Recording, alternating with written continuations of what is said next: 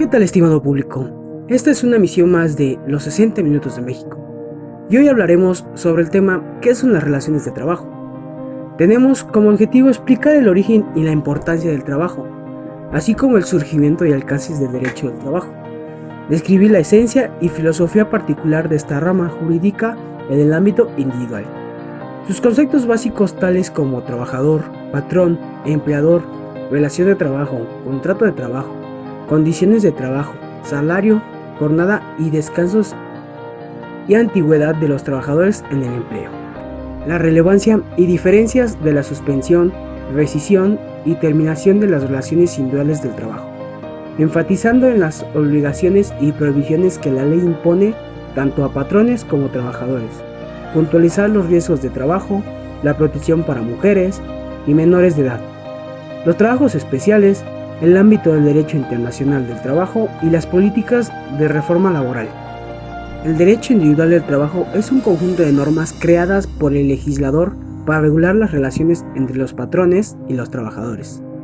Los entes que forman cualquier relación de trabajo adquieren un rol determinante que, por un lado, garantiza la paz social y por el otro, la subsistencia y preservación de la especie humana. En los primeros indicios de vida en el planeta, cualquier especie, por simple que ésta sea, tiene que enfrentarse a los fenómenos naturales que le resultan adversos para poder subsistir. Muchas veces, inclusive, esta lucha se produce en contra de la misma especie, lo cual, hasta cierto punto, es lógico por tratarse de un instinto de sobrevivencia. En el caso de la especie humana, desde sus primeros orígenes como seres primitivos, se encontró en la necesidad de enfrentarse al entorno el cual se encontraba rodeado de inconvenientes climáticos y de una topografía bastante accidentada, donde además tenía que cohabitar con otras especies rivales a las que tenía que vencer o, en su caso, huir de ellas para sobrevivir.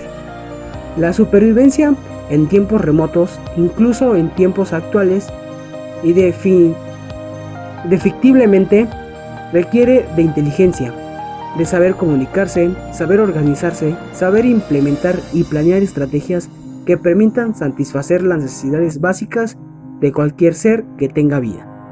¿Qué tal, chicos? Bienvenidos. El contrato de trabajo. Lo más común que una persona hace cuando consigue un puesto de trabajo es que se le entregue un contrato de trabajo, pero díganme al público contrato de trabajo y qué lo conlleva, es decir, los requisitos para hacer uno y qué es lo que se tiene que hacer. Buen día tengan, estimado público.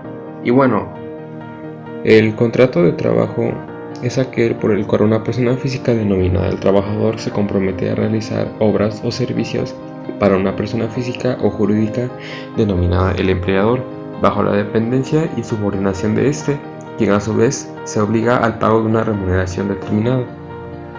Bueno, ese es el significado del contrato, pero ¿qué más conlleva ello? ¿Qué más implica?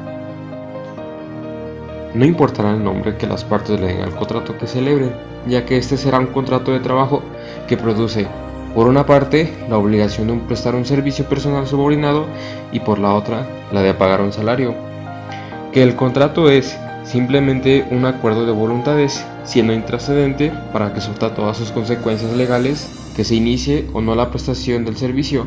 Todo contrato, para que tenga plena vigencia jurídica, debe reunir ciertos requisitos, que son el consentimiento, que se entiende como tal el acuerdo de dos o más personas en donde manifiestan su voluntad real sobre una situación jurídica que tiene por objeto producir consecuencias de derecho, y su forma puede ser expresa o tácita, como lo contempla el artículo 1803 del Código Civil.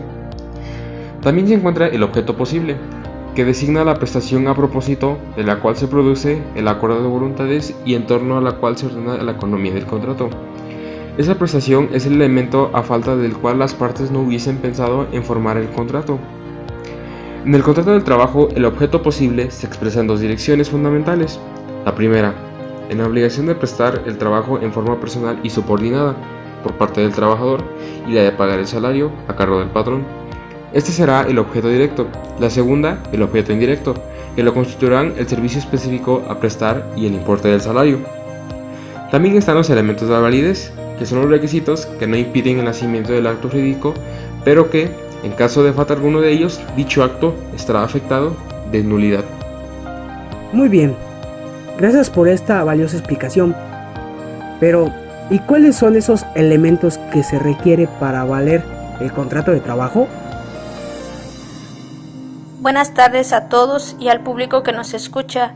Los elementos de validez que requieren un contrato son la capacidad de las partes. La capacidad lo podemos entender como la aptitud de una persona para ser titular de derechos y obligaciones. La capacidad se divide en capacidad de goce y capacidad de ejercicio. La capacidad de goce es la que se adquiere desde la concepción, ya que desde ese momento entra bajo la protección de la ley. La capacidad de ejercicio es la que se adquiere con la mayoría de edad y consiste en la aptitud que tiene una persona para hacer valer sus derechos y cumplir sus obligaciones por sí misma. ¿Me podrías decir dónde se establece esto? Es decir, si una persona quiera saber más al respecto de esto, ¿dónde lo podría revisar? En la Ley Federal del Trabajo, en el artículo 22 de la Ley del Trabajo, y esta misma también nos dice que queda prohibida la utilización del trabajo de los menores de 14 años y los mayores de esta edad y menores de 16 que no hayan terminado su educación obligatoria, salvo los casos de excepción que apruebe la autoridad correspondiente en que a su juicio haya compatibilidad entre los estudios y el trabajo, de la Ley Federal del Trabajo del artículo 22. También está la ausencia de vicios de consentimiento. Esto quiere decir que al momento de celebrar algún acto jurídico no se encuentre viciada la voluntad de las partes que intervienen en dicho acto jurídico y que dicha voluntad se manifieste de manera expresa sin que exista dolo, mala fe, error o violencia tanto físico como moral o lesión. En el contrato individual de trabajo, la única referencia a su posible celebración mediante dolo y por lo tanto error provocado por el dolo se encuentra en el artículo 47 fracción 1 de la Ley Federal del Trabajo, que señala como causa de rescisión de la relación de trabajo sin ninguna responsabilidad para el patrón el que el trabajador o en su caso el sindicato que la hubiese propuesto o recomendado utilicen certificados falsos o invocasen cualidades artificiales con el propósito de lograr su contratación. Excelente. ¿Esos son todos los requisitos que se requieren o aún hay más elementos de validez que se requieran? No, también está la licitud, en el que el objeto que nos dice que es el fin determinante del contrato son las intenciones internas del sujeto para obtener los resultados deseados. Es el fin a que quiere llegar. Claro está que la finalidad, al ser expresada, tiene ciertos límites para ser considerada como lícita y no contravenir las normas jurídicas. Las encontramos contempladas en el artículo 5 de la Ley Laboral, por ejemplo, que el patrón pague al trabajador un salario inferior al mínimo, que el patrón obligue al trabajador a laborar jornadas notoriamente inhumanas, que el patrón retenga el salario del trabajador por concepto de multa, entre otras. Y por último, la forma de todos los presupuestos de validez del negocio jurídico individual. La forma es lo que más le preocupa al legislador, al grado de que se le llega a afirmar en el artículo 24 de la Ley Laboral que las condiciones de trabajo deben hacerse constar por escrito cuando no existan contratos colectivos aplicables. Y bueno, al hablar sobre estos temas, no podemos dejar pasar el artículo 25, que nos dice que debe contener el escrito en el que consten las condiciones del trabajo, que son nombre, nacionalidad, edad, sexo, estado civil, clave única de registro de población, o la CURP más bien dicho, registro federal de contribuyentes y domicilio del trabajador y del patrón. También si la relación de trabajo es para obra o tiempo determinado, por temporada de capacitación inicial o por tiempo indeterminado, y en su caso si está sujeta a un periodo de prueba. El servicio o servicios que deben prestarse, los que se determinarán con la mayor precisión posible, el lugar o los lugares que deba prestarse el trabajo, la duración de la jornada, la forma y el monto del salario, el día y el lugar de pago del salario, la indicación de que el trabajador será capacitado o adiestrado en los términos de los planes y programas establecidos o que se establezcan en la empresa conforme a lo dispuesto en la ley. Otras condiciones de trabajo, tales como días de descanso, vacaciones y demás que convengan el trabajador y el patrón. La designación de beneficiarios a los que refiere el artículo 501 de esta ley para el pago de los salarios, prestaciones devengadas y no cobradas a la muerte de los trabajadores o las que se generen por su fallecimiento o desaparición derivada de un acto delincuencial. Buen día a todos los que nos están escuchando. Ya que dijeron mis compañeros esto, les voy a hablar sobre la relación de trabajo. Bueno, se entiende por relación del trabajo cualquiera que sea el acto que le dé origen. La presentación de un trabajo personal subordinado a una persona mediante el pago de un salario.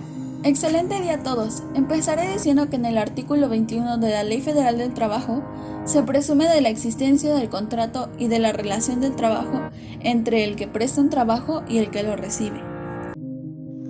La duración en el empleo lo determina invariablemente el contrato de trabajo y esto lo podemos ver en el artículo 35 de la legislación laboral que establece la existencia de 3 tipos de contratos que a continuación les mencionaré. El contrato por tiempo determinado, el contrato por tiempo indeterminado y el contrato por obra. Tengo entendido que el contrato por tiempo determinado es el cual se establece de forma precisa a la fecha y la duración, atendiendo que tiene fecha de inicio y de término. Este tipo de contrato determina definitivamente cuándo se cumple el plazo establecido en el contrato. Por ejemplo, en ciertas tiendas departamentales en la temporada de fin de año contratan a trabajadores únicamente durante los meses de diciembre y enero. Para hacer frente a la demanda de sus clientes, hacen de su propio producto y servicio, ya que con el personal que cuentan no pueden hacerlo. Señorita Diana, ¿me puede ayudar a explicar el siguiente? Claro, el contrato indeterminado, que se conoce comúnmente como de planta o de base, tiene fecha de inicio pero no de término, y se dice que es un periodo de tiempo largo, aunque en la ley laboral, en su artículo 40, señala que los trabajadores solo tienen como obligación laboral como máximo 1 año. Y bueno, por último, el contrato por obra. Disculpa, me gustaría explicarlo. Por supuesto, adelante. El contrato por obra es un acuerdo temporal mediante el cual uno podrá contratar a un trabajador para que lleve a cabo un servicio concreto dentro de la empresa o una obra determinada. Pase a que la duración de este servicio no será indefinida, no se sabe cuándo finalizar. Por lo tanto, estos contratos se deben utilizar únicamente para aquellas obras que tengan autonomía dentro de la actividad. Nunca podrán ser utilizados para realizar las mismas funciones y actividades que los trabajadores con contratos indefinidos. Por ejemplo, Juan le encarga a Antonio, que es albañil, que le construya una casa. En cuanto Antonio termine dicha obra, concluye la relación de trabajo entre ambos. Seguimos con la prórroga de contrato. Podemos decir que una prórroga de contrato es una extensión de un determinado plazo. También son conocidas como suplementarios, alargues o tiempos extras. Entonces se entenderá que el contrato de trabajo tendrá su vigencia todo el tiempo que dure la obra, más si subsiste la materia de trabajo prorrogada por el tiempo que dure dicha circunstancia. También es muy importante hablar sobre las relaciones de trabajo para la inversión de capital determinado. Es una de las modalidades de materia de trabajo de los contratos laborales. Se utilizan generalmente en labores de materia, explotación de hidrocarburos. La relación de trabajo para la explotación de minas que carezcan de minerales costeables o para la restauración de minas abandonados o paralizados pueden ser por tiempo o obra determinada o para la inversión de capital determinado. Tengo un ejemplo muy claro que sería que una empresa transnacional desea beneficiarse con la reciente reforma energética. por lo que puede destinar una parte determinada de su capital para probar suerte y decidir si sigue invirtiendo. Su capital estará en riesgo, así como los contratos de sus trabajadores. Si su inversión inicial trabaja hasta que se agote y se considera que no ha habido ganancia, la relación laboral con los trabajadores concluye sin responsabilidad del patrón. Como ya escuchamos, resulta práctico recordar que el contrato de trabajo, como los seres vivos, tienen un ciclo vital y certero. Uno y otros nacen, se desarrollan, afrontan vicisitudes y finalmente mueren. En este momento vamos a hablar sobre la suspensión de trabajo. La señorita Diana nos ayudará a identificar qué es esto. Hola Alonso. Bueno, la suspensión es precisamente una de sus contingencias naturales en este ámbito, la más frecuente y necesaria, y en algunos casos hasta deseable. La suspensión tiene por objeto evitar una ruptura definitiva cuando sobreviene una causa suficiente y justificada que impide transitoriamente su cumplimiento. Esto es, permitir que el contrato sufra una interrupción pasajera sin afectar su subsistencia esencial. Con esto quiero decir que la suspensión es un intervalo pasivo del contrato, un paréntesis en su dinámica. La cesación justificada de la ejecución del contrato de trabajo que, sin afectar su subsistencia, exonera temporalmente al trabajador, generalmente también al empleador, del cumplimiento de sus obligaciones esenciales. Oh, creo que comprendí a lo que te referías. Entonces, la suspensión del contrato puede darse en periodos predeterminados o esporádicos y esto produce variados efectos. Yo tengo una duda. Si la suspensión es del contrato o solo de sus efectos, es decir, se interrumpe el contrato, solo las obligaciones de que él emanan. En puridad, el contrato no cesa en ningún instante, sigue vigente, en estado potencial o de latencia. Lo que se interrumpe son sus efectos, las obligaciones esenciales que de él emanan. Es por eso que algunos autores prefieren hablar de suspensión parcial de los efectos del contrato, en vez de suspensión del contrato mismo, lo cual no es una exquisitez, sino solo un extremo rigor jurídico. La discontinuidad ejecutiva del contrato de trabajo, como la denomina Catarino, comprueba en cierto modo su contractilidad. Por ejemplo, para la concepción de la relación laboral fáctica, sería inconcebible la producción de efectos sin que hubiese el hecho trabajo. Qué buena explicación. Con esto queda claro que no todas las obligaciones emergentes del contrato laboral cesan con carácter absoluto, sino solo las esenciales, que son rendir el trabajo como prestación y remunerarlo como contraprestación.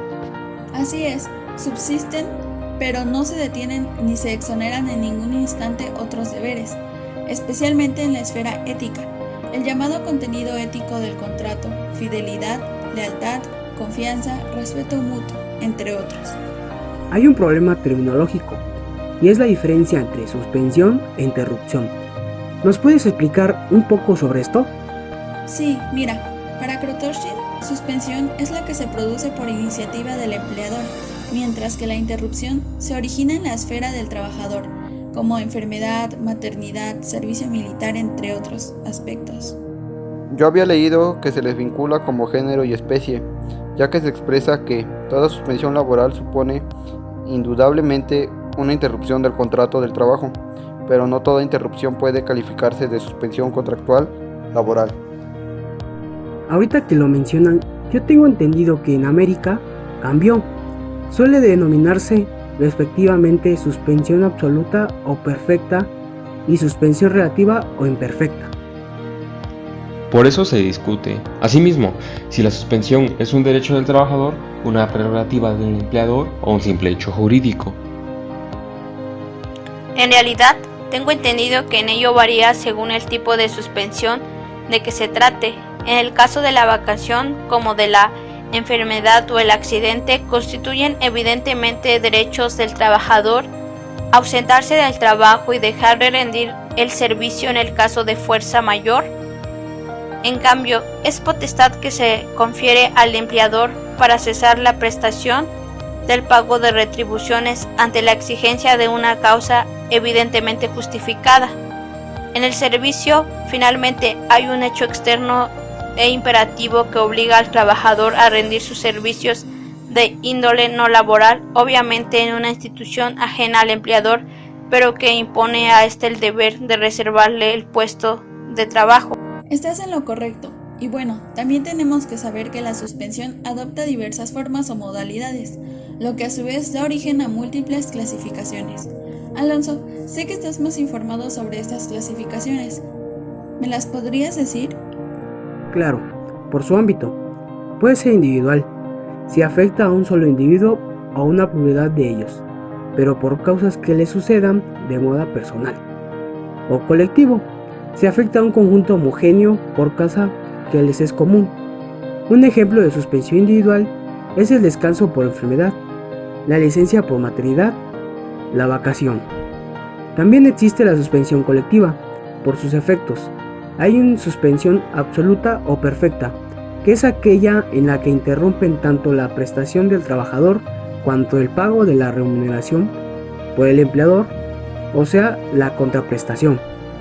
La suspensión imperfecta o relativa determina el ceso del trabajo, pero no exonera al empleador de abandonar la remuneración. Ejemplo típico es la vacación, que es no solo un derecho al descanso anual por un periodo predeterminado, sino además y fundamentalmente el de obtener la retribución correspondiente en monto equivalente al que hubiera percibido de haberse continuado laborando.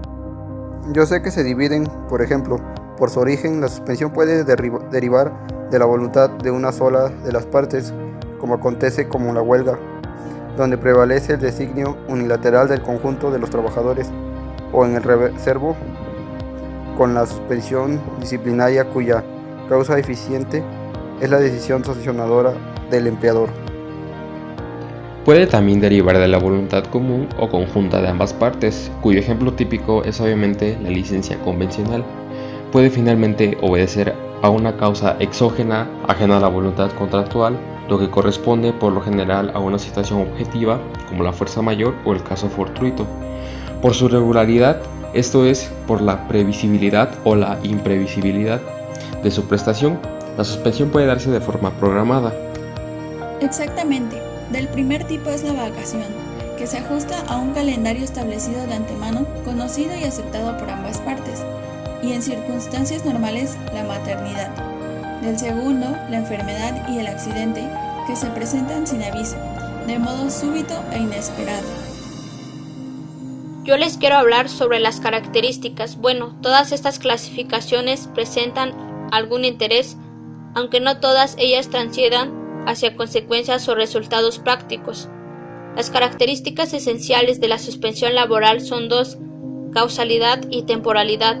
La causalidad, para que la suspensión se libere de cumplimiento de las obligaciones, es requisito la existencia de una causa válida y suficiente. De lo contrario, la incurrencia del trabajo constituirá llana y simplemente una violación contractual. La falta de causa la privaria de justificación, a diferencia de lo que suceda en materia de terminación de contrato, donde predomine la rigidez.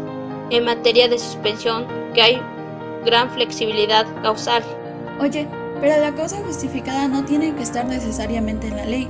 Aunque muchas legislaciones la contemplan, puede provenir también de la convención colectiva, del contrato individual, de la costumbre e incluso hasta del simple acuerdo entre el empleador y el trabajador, como sucede en el caso de la licencia voluntaria. Estoy de acuerdo. De la naturaleza de la causa dependerán los efectos. Los diferentes tipos de suspensión detectables en la legislación y en la realidad se distinguen entre sí por la conjunción de ambos extremos, causa y efecto. Entonces, en términos generales, podríamos decir que la suspensión debida a causa no imputable al trabajador conlleva, en la mayoría de los casos, el pago de remuneración, lo que no sucede necesariamente cuando la causa obedece a la voluntad de aquel. Por otro lado, la causa debe ser de suficiente entidad para justificar la paralización por un lapso notable. El descanso entre medias jornadas, la pausa para refrigerio, el propio descanso semanal o aún otros hechos como un padecimiento leve, la ausencia breve para cumplir un trámite, el permiso para asistir a una ceremonia y en general la infinidad de pequeños actos de que está compuesta la vida cotidiana no trascienden hacia una medida de suspensión. Muy buenos puntos de vista y bueno, el siguiente elemento es la temporalidad. La suspensión es un fenómeno temporal, transitorio, proporcional a la causa que la origina. Si adquiriera carácter permanente, su naturaleza se transformaría y se devendría en extinción de la relación laboral, lo que sucede en casos como, por ejemplo, cuando una detención penal concluye en una sentencia privativa de la libertad o cuando una invalidez sufre un profundo agravamiento. Natural consecuencia de la temporalidad es que, al desaparecer la causa, concluye automáticamente la suspensión del contrato y se reanudan de modo subsecuente las obligaciones. Mientras la terminación de un contrato afecta su subsistencia misma, la suspensión solo afecta su ejecución o cumplimiento. Ello significa que algunos de los efectos del contrato se mantengan y otros se paralicen. El primer y principal efecto de la suspensión es obviamente el cese de la obligación del trabajar. La suspensión implica necesariamente la exoneración del deber de rendir la tarea comprometida como efecto natural de una causa preestablecida. La sola cesación del trabajo no es una suspensión, jurídicamente hablando. Para que haya suspensión se requiere causa justificada. La prestación del trabajo subordinado es la más típica de la relación laboral y por eso bien puede decirse que precisamente hay suspensión de la relación de trabajo cuando se suspende la exigibilidad de esa prestación, que es la más típica de la relación de trabajo. Consecuentemente, la ausencia al trabajo no es ni la suspensión ni su causa, sino consecuencia. Así es, no es aquel al no acudir el trabajo se produzca de facto la suspensión, sino que, dada una causa justificada, el trabajador queda exonerado de la obligación de concurrir. El correlato natural de la cesación del trabajo es la del pago remunerario, al menos en la denominada suspensión perfecta o absoluta. El juego causa-efecto es aquí patente y manifiesto. Suspendida la causa, que es el trabajo, se suspende el efecto, que es la remuneración. Yo tengo una duda jurídica. ¿Lo que el empleador paga durante la suspensión es propiamente remuneración? Si la remuneración es contraprestación, al no haber prestación, ¿ese pago sigue siendo contraprestación? Bueno, la respuesta a estas interrogantes sería que lo que el empleador abona no es salario, sino un sucedáneo del mismo, algo que se parece a la remuneración, que la sustituye o suplanta, pero que no es estricto de su remuneración. En la enfermedad o el accidente, lo que el trabajador normalmente recibe es un subsidio, no una remuneración. En la vacación, el sustantivo remuneración es calificado por el adjetivo vacacional, que es ociso de la remuneración propiamente dicha, y que refleja una diferencia sutil, pero existente y real. También el empleador debe guardar respeto y consideración a sus trabajadores y actuar frente a ellos con total buena fe. Y las obligaciones, todas ellas que tampoco se detienen durante la suspensión. Existen determinados beneficios. Una posibilidad es que el tiempo durante el cual transcurre la suspensión se presuma y compute como trabajado para todo aquello en lo que influye la antigüedad. Caldera considera en cambio que efecto claro de la suspensión es el no romper la antigüedad del trabajador, pero tampoco sería justo computar dentro de ella el tiempo durante el cual la relación estuvo suspendida. Eso me parece perfecto, ya que no resultaría lógico que el tiempo no laborado por suspensión fuera considerado activo para la suspensión del periodo de prueba, que es una etapa inicial de la formación del contrato, durante la cual ambas partes aprecian el grado real de adaptación de la persona al puesto y que permite dar término al contrato sin expresión de causa, sin preaviso y sin pago de indemnización alguna. Hay que recalcar que como es natural la comprobación de esta adaptación, vale decir, la superación de la prueba fática solo puede darse si hay prestación efectiva de labores. Tampoco puede aplicarse el cómputo de la antigüedad cuando la suspensión es muy prolongada y se trata de un beneficio de corto alcance. Las legislaciones suelen precisar por eso, con cierto grado de detalle, para que, en qué medida y con qué efectos opera la presunción de asistencia al trabajo y cuándo por el contrato hay solución de continuidad en el tiempo de servicios o cómputo solo parcial. Sigamos con la reserva de puesto. Como toda suspensión es temporal e implica la subsistencia latente del contrato, evidente consecuencia de ello es que el trabajador tenga derecho a reinstalarse en su puesto, cargo o plaza habitual una vez concluida aquella. Vida Soria critica esta denominación y advierte que, ante la ausencia del trabajador, la plaza no está vacante, sino ocupada por su titular, que sin embargo no cubre la función para la que la plaza fue creada. No hay reserva, sino inalterabilidad de la situación del trabajador en la empresa. No obstante, hecha la precisión del caso, termina por aceptar su uso, concediéndole un significado convencional equivalente al de suspensión. Por último, es necesario saber que durante la suspensión el trabajador mantiene su condición de derecho a habitante de la seguridad social. En su condición de beneficiario, debe obtener todas las prestaciones que requiere en caso de sufrir alguna contingencia, y como contribuyente, en los casos de suspensión imperfecta, debe continuar abandono al aporte que legalmente le corresponda. Pensando a algo que también me parece importante mencionar, les explicaré un poco sobre lo que es el acta administrativa. Es un documento de control interno en las empresas que se elaboran con la finalidad de señalar, dejar evidencia y sancionar hechos en los que el trabajador ha incurrido y que va en contra de la regularización normativa de la empresa, como puede ser la Ley Federal del Trabajo, contrato colectivo o individual de trabajo o reglamento interno del trabajo. ¿Y cuál es la importancia de este documento? Excelente pregunta. La importancia es que puede convertirse en una prueba de hechos en las juntas de conciliación y arbitraje, en la que se fundamenta acciones legales de la empresa, dado que los hechos que se señalan en las mismas pueden contener desde simples omisiones a algunas reglas que requieran acciones correctivas simples hasta daños importantes en la empresa en la rescisión de trabajo del trabajador.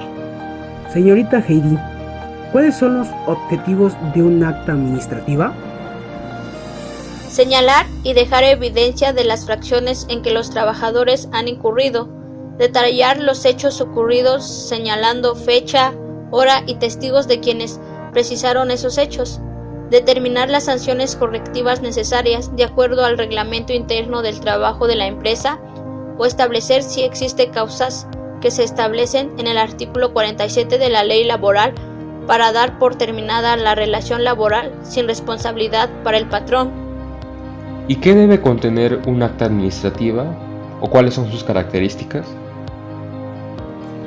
Debe contener las siguientes características. 1. Detalle del momento en el que se levantan. 2. Lugar, fecha, hora y personas que se encuentran reunidas junto con el cargo que ocupan dentro de la empresa. 3. Descripción de los hechos junto con el detalle de la regularización establecida en la empresa en el que ocurrió la omisión. 4. Espacio para que el trabajador dé su versión o replique. 5. Espacio para que algunos de los asistentes añadan comentarios relativos al documento que se suscribe. 6. Fecha en que se firma. 7. Firma de ratificación de los asistentes y testigos de los hechos. Por lo menos deben ser 2. Los testigos deben ser compañeros de trabajo que hayan precisado los hechos. Por último, me gustaría hacerle una pregunta. ¿Cuáles son las actas administrativas?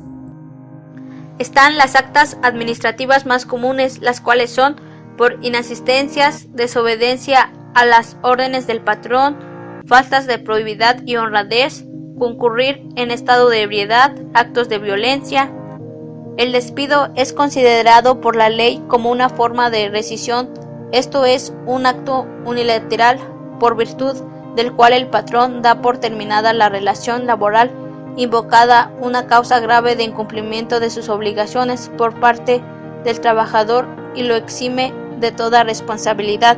Dentro de todos estos ámbitos, se me hace útil mencionar los días de descanso, para que estemos enterados de nuestros derechos como trabajadores y no quieran pasar esto por desapercibido.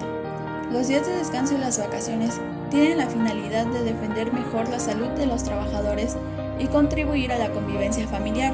También, por supuesto, conmemorar determinados acontecimientos y fechas tradicionales. Sería útil. Yo creo que a todos que nos dijeran en qué artículos podemos encontrar lo relacionado a esto, para así, en cualquier caso, poder hacer valer nuestros derechos. En el caso del descanso semanal, la Ley Federal del Trabajo en su artículo 69 nos dice que, por cada 6 días de trabajo, disfrutará el trabajador de un día de descanso, por lo menos con goce de salario íntegro. Ojalá esto se cumpliera. Por ejemplo, en la mayoría de las maquiladoras no les pagan el día que descansan, y no solo para ahí. En muchos otros trabajos no se recibe el pago el día no laborado. Los trabajadores deberían de hacerse valer lo que les corresponde, por eso está la ley.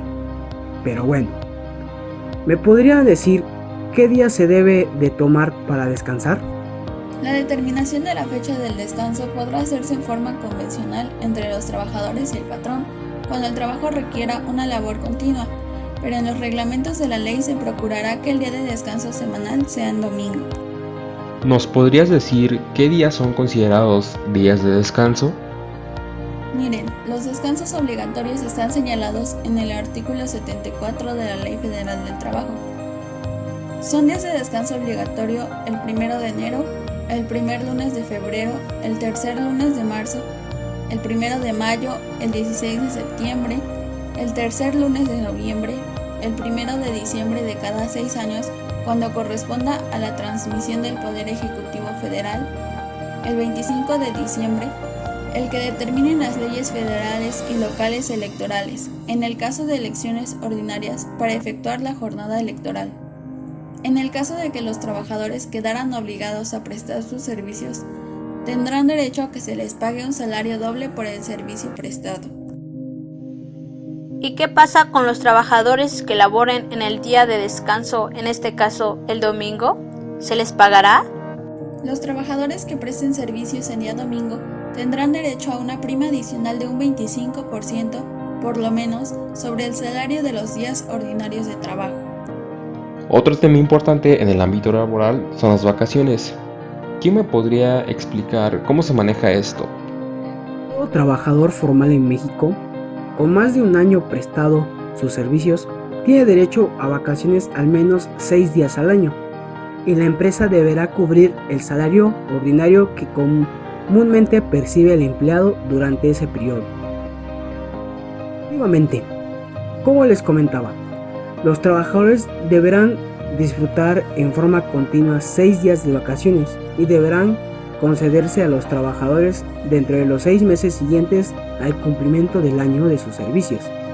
Los patrones entregarán anualmente una constancia que contenga la antigüedad del trabajador y de acuerdo con este periodo de vacaciones que le corresponda.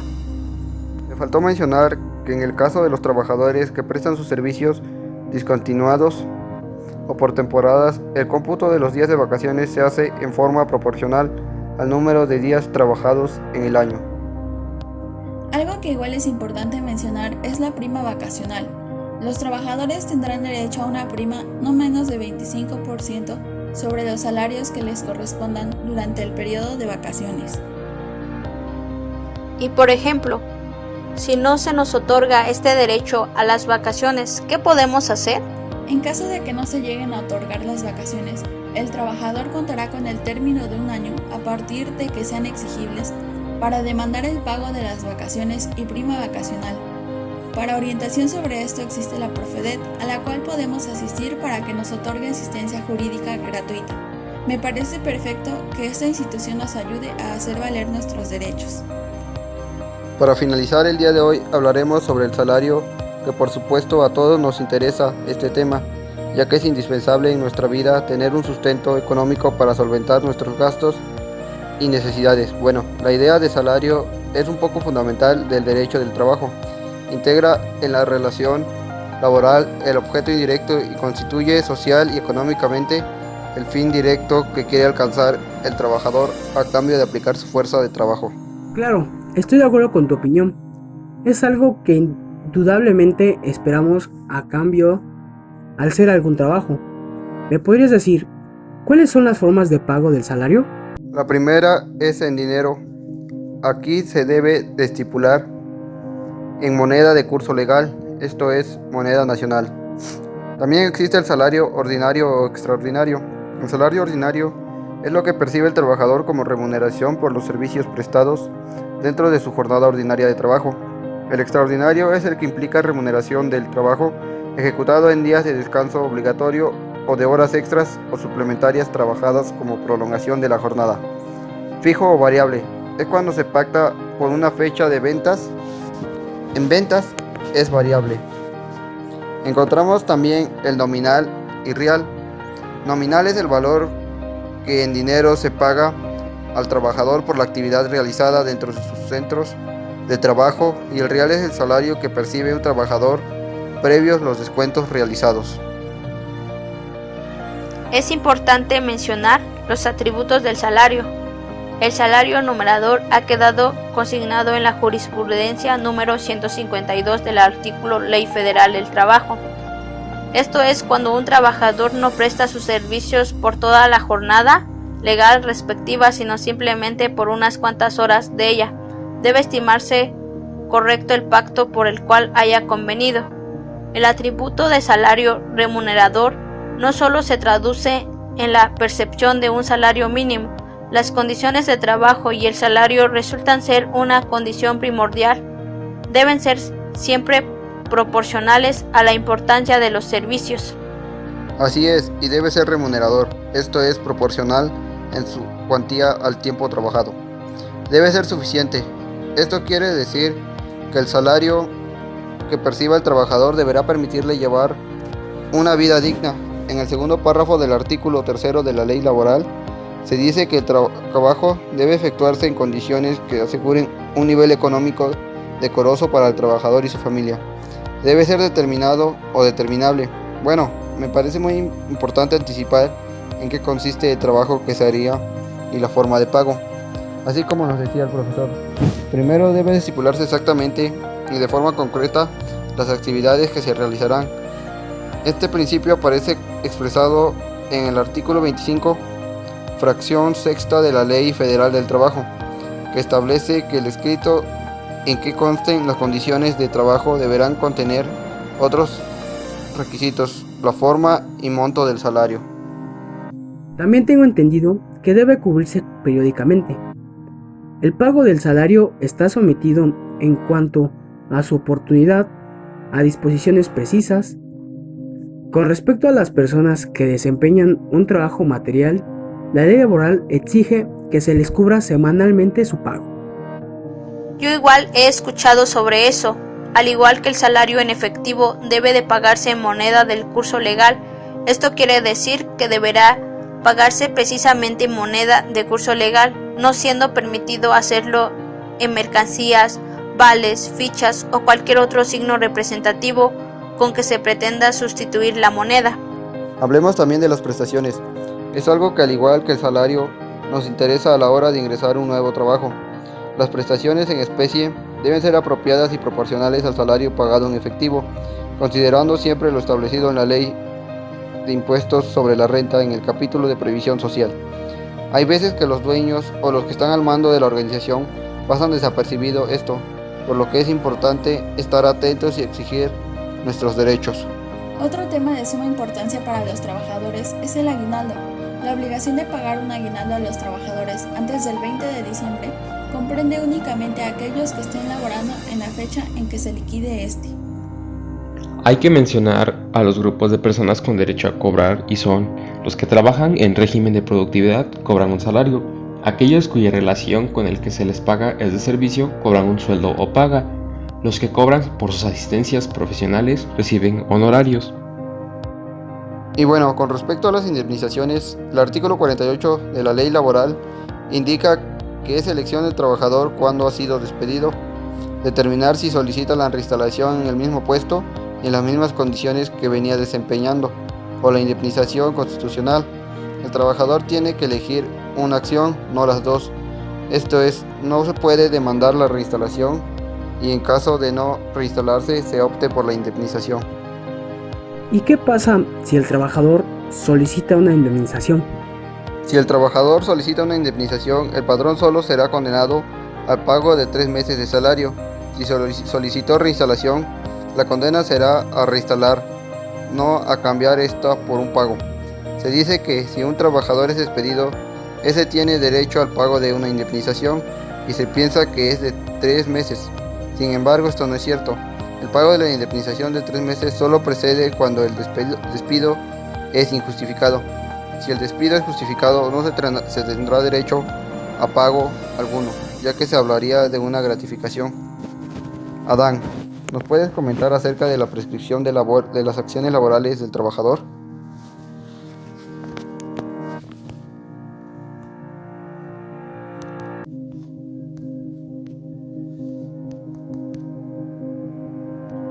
Qué bueno que lo preguntas. La ley laboral establece los tiempos o plazos para que los trabajadores y patrones puedan demandar los derechos o prestaciones que correspondan. La prescripción en materia laboral y para todas las prestaciones que a ella refieren es de 1 año a partir del día siguiente, a la fecha en que la obligación sea exigible, siempre y cuando no se trate de una de las excepciones siguientes. Prescriben en 1 mes las acciones de los patrones para despedir a un trabajador, para disciplinar sus faltas y para efectuar descuentos en sus salarios. Las acciones de los trabajadores para separarse del trabajo. Prescriben en 2 meses las acciones de los trabajadores que sean separados de su trabajo sin importar la causa o motivo. Prescriben en 2 años las acciones de los trabajadores para reclamar el pago de sus indemnizaciones por riesgo de trabajo. Las acciones de los beneficiarios en los casos de muerte por riesgo de trabajo y las acciones para solicitar la ejecución del laudo de la Junta de Conciliación y Arbitraje y de los convenios celebrados ante ellas. Corre respectivamente desde el momento en que se determine el grado de la incapacidad para el trabajo. Y prescriben en 10 años las acciones a las que el trabajador tiene derecho para reclamar su fondo de ahorro para el retiro que tenga a su favor en el afore de su conveniencia. Pasado este tiempo, el trabajador pierde todo el derecho a su reclamo. A todo esto, el artículo 520 de la Ley Laboral establece los casos por los cuales no pueden iniciar o correr la acción de prescripción. Esto nos dice que la prescripción no puede comenzar ni correr cuando se trata de personas incapaces mentales, sino hasta que se hubiesen definido su tutela conforme a la ley. Esto es para proteger al trabajador de sus derechos y garantías individuales, previendo posibles abusos de cualesquiera de las partes. Otro asunto que me parece notable es cuando un patrón o empresa se fusiona con otra. La ley establece que para estos casos, y con la única intención de dar al trabajador la certeza jurídica, estabilidad laboral y emocional, la empresa o patrón inicial y hoy sustituido es responsable para con sus trabajadores, para con las autoridades laborales, sociales y con el patrón sustituto por un término de 6 meses a partir del momento de que la misma inicia. Esto es mucha responsabilidad, ¿no creen? Pero es a lo que se atiene el patrón al tomar esta decisión. Yo pienso que toda relación, ya sea laboral o social, hay que saber de qué manera expresar una idea de tal forma que sea clara y concisa, porque tú te expresas de una forma que a tu parecer está bien dicho, pero en la actualidad nos enfrentamos a la diversidad de costumbres e ideologías, que cada persona tiene un distinto dialecto y distinta forma de entender las cosas. Estoy totalmente de acuerdo con sus opiniones. Tenemos que hacer valer nuestros derechos. Estoy consciente de que lo que más necesitan las personas es un empleo para poder subsistir y atender sus necesidades. Y más si tienen hijos. Es una responsabilidad mayor. Por eso muchas veces prefieren estar en cualquier trabajo aunque no les paguen bien o no les den las prestaciones correspondientes. Pero esto no debería de ser así, tenemos que alzar la voz. El empleador tiene que escuchar y atender las necesidades de los trabajadores. Para hacer este gran cambio se necesita empezar por uno mismo. Como ya dije anteriormente, no quedarse callado. También informarnos sobre estos temas para que no nos vean la cara.